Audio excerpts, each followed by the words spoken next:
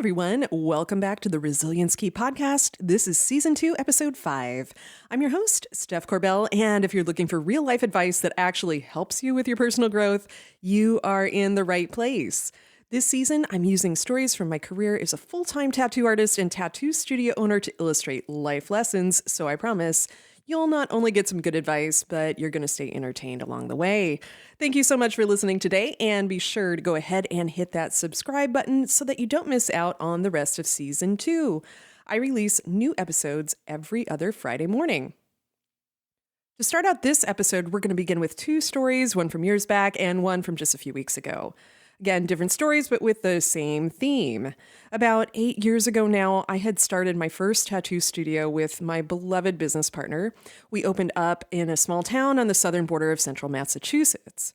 And when you open a new tattoo studio, things tend to be really slow simply because you're new in the area and people, they just don't know who you are yet. So as an artist, you can get a little hungry, so to speak, and you end up catering to anyone who walks in the door. We call those walk-in clients. And when you're new, you literally live for those walk-in clients because, well, those impulsive tattoos are what pay your bills. Typically, walk-in tattoos are pretty small, or they're done from pre-drawn designs called flash that are those drawings on the walls of any tattoo studio. It's kind of impossible to give someone a huge tattoo as a walk-in simply because it takes a lot of time to draw, let alone tattoo someone. And for big stuff like full sleeves and back pieces and stuff like that, you usually have to spend a lot of time researching and planning. I'm sure you can imagine. Plus, big tattoos almost always take a bunch of sessions. You can't do one all at once. I mean, I don't really know anyone who can sit for 20, 30, 40 hours in a row getting tattooed. And yes, that is how long some large full body work tattoos can take, even more than that at times. So anyways, back to the story. I'm at my new shop. I'm hungry for walk-ins. It's a Saturday. I've got nothing on my books. I've posted on all the socials. I'm just hoping someone comes in and, oh, yay, this random dude walks in the door. He smells like cigarettes and dirty laundry, but honestly, I do not care. I'm not proud because I want to pay my bills this particular day. And he says, hey, I'm here to get a tattoo. And I say, cool, I am down, obviously. And I ask him what he wants. He says, oh, I want a full tribal sleeve. And before you think it, yes, people still do get tribal tattoos, and tribal tattoos pay exactly the same as any other tattoo. Anyhow, I give him my spiel. Oh, that's likely going to take a bunch of sessions. We can take the deposit today. We'll start planning it out. I'm super excited. And then he gets angry because he wants it done right then, all at once, that day only. And then he tells me, you're going to do it for $200 because that's all I'm going to spend. Yep. And then he walks out the door. That's not exactly uncommon.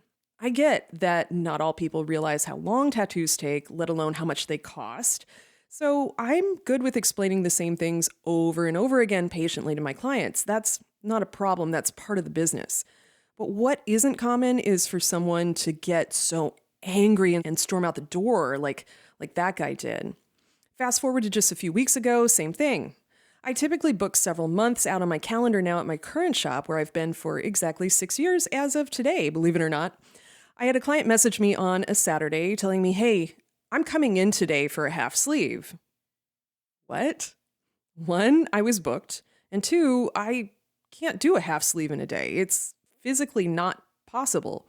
I patiently explained this to the client who I had tattooed before that I generally can't take walk-ins, but she's welcome to go through the booking process. We'll get her scheduled in the coming weeks or months. And again, like the guy with his tribal piece, she loses it at me. So another aspect of this very human tendency can be illustrated through another thing I see with clients all the time. They think that if they just buy the right product, it's going to make their tattoo heal faster, or their tattoos will look better in time if they just buy the right thing. It's this kind of magic pill approach to life. And I hate to say it, but no, things don't work that way. And speaking as a full-time artist for over 16 years now, most tattoo aftercare products are a waste of your money. Your body knows how to heal itself. And when I tell clients this, a lot of times they're mystified because they think there's some great secret beyond just their immune system. One of the craziest things I ever saw with a client was a guy who coated his fresh tattoo with chapstick like 8 times a day. He was one of my first clients when I started many years ago. And I have absolutely no idea where he got that idea from, but he was absolutely convinced that he needed to do this in order to make his tattoo heal. Beyond that, there's these companies marketing products to make your tattoos look fresh again, and that is total snake oil. Because the tattoo lays in the second layer of your skin, there's no way to topically refresh it with a product. You have to get the tattoo redone from scratch. That's just fact, biology. Again, there's no shortcuts. With tattoo healing, the tattoo just goes through a process where the top layer of your skin scabs up and then it just falls off. There's no workaround to that. It's again, biology. With freshening old tattoos, you can exfoliate, sure, but to make an old tattoo look new again, you have to get the tattoo redone. That's the end of the story. Can you start to see where I'm going with this? That's the topic for this episode, and I think these stories are a good metaphor. There's no shortcuts in anything we do in life. Anything worth doing takes time, commitment, effort, patience, and in the case of tattoo sleeves, it takes a financial investment, and just for illustrative purposes, each of my sleeves took well over 30 hours per arm. On the other side, we're looking for this magic pill that's going to make everything better quickly. We all want shortcuts and hacks. Influencers and authors and self-help gurus promise you these quick fixes. Just follow my method and you'll be able to only work 4 hours a week. That kind of stuff. There are whole industries based on these ideas. One current example is something I keep seeing. It's this new fountain of youth kind of thing, this way to life hack your way to being young again and lengthen your lifespan.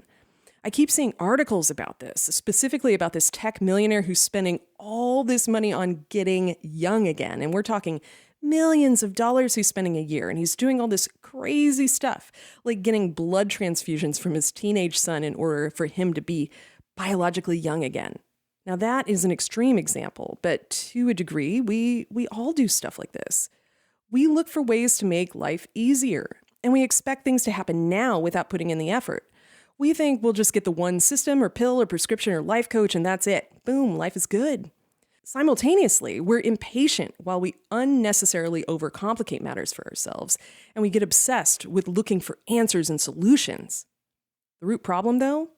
Life is about growth. It's a journey, and it's specifically all about what we learn along our way. And if we get so obsessed with hacking our way to a better future, constantly searching for the next best thing, we'll miss out on the beauty of the moment right in front of us.